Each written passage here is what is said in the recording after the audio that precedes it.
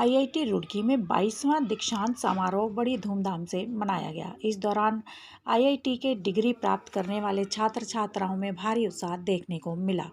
सुबह सवेरे ही IIT gate पर दीक्षांत समारोह को लेकर सुरक्षा बढ़ा दी गई थी। बिना अनुमति के बाहरी व्यक्तियों के प्रवेश पर पूरी तरह पाबंदी थी। इस दौरान 2022 के छात्र छात्राओं को डिग्री प्रदान की गई, जिनमें स्नातक, स्नातकोत्तर और डॉक्टरेट की उपाधियां शामिल थीं।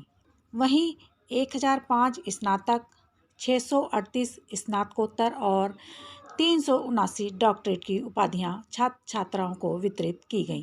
इस दौरान आईआईटी प्रबंधन द्वारा विशेष इंतजामात किए गए थे। हालांकि इस दीक्षांत समारोह में केंद्रीय मंत्री धर्मेंद्र प्रधान को पहुंचना था, लेकिन आवश्यक कार्य होने के चलते केंद्रीय मंत्री धर्मेंद्र प्रधान ने वर्चुअल माध्यम से छात्र छात्राओं को संबोधित किया। का 22nd कॉन्वोकेशन खत्म कर दिया है। 2022 students graduated, 379 with PhD degrees. Very delighted that so many people have done PhD from IIT Roorkee. Future looks very bright for all of them.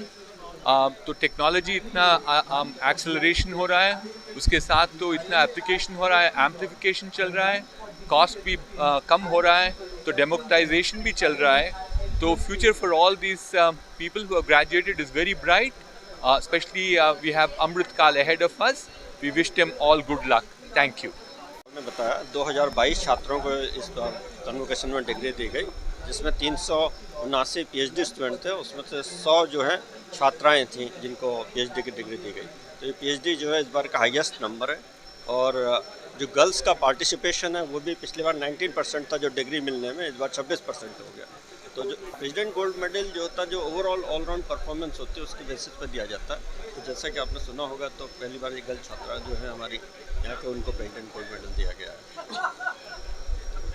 Sir, केंद्रीय मंत्री उन्होंने जैसे भाषण में छात्रों को जब संबोधन किया तो उन्होंने साइंस एंड टेक्नोलॉजी पे जोर दिया, और उनकी बातों में भी जो था कि आज़ादी का जैसे अमृतकाल मनाया जा रहा है 75 ईयर्स का, और आईआईटी रुड़की बहुत पुराना संस्थान है, तो इससे बहुत सी अपेक्षाएं हैं हम लोगों के छात्रों से, और वो चाहते हैं कि जो हम शिक्षा दें वो रोज़गार परक हो। तो न्यू एजुकेशन पॉलिसी जैसे आपको पता है अभी 2020 में जो आई है, उसको हमने इम्प्लीमेंट किया है। जैसा कि प्रधान जी ने बताया कि छात्रों को जो शिक्षा दी जाएगी वो रोज़गार परक हो, और छात्र अपनी जो नॉलेज है उससे रोज़गार ढूंढने के बजाय वो दूसरों को रोज़गार दें। तो हम अपने छात्रों को उद्यम के उसमें ट्रेन कर रहे हैं, जिससे कि वो अपनी इंडस्ट्रीज डेवलप करें और जिससे बहुत से लोगों को रोज़गार मिले।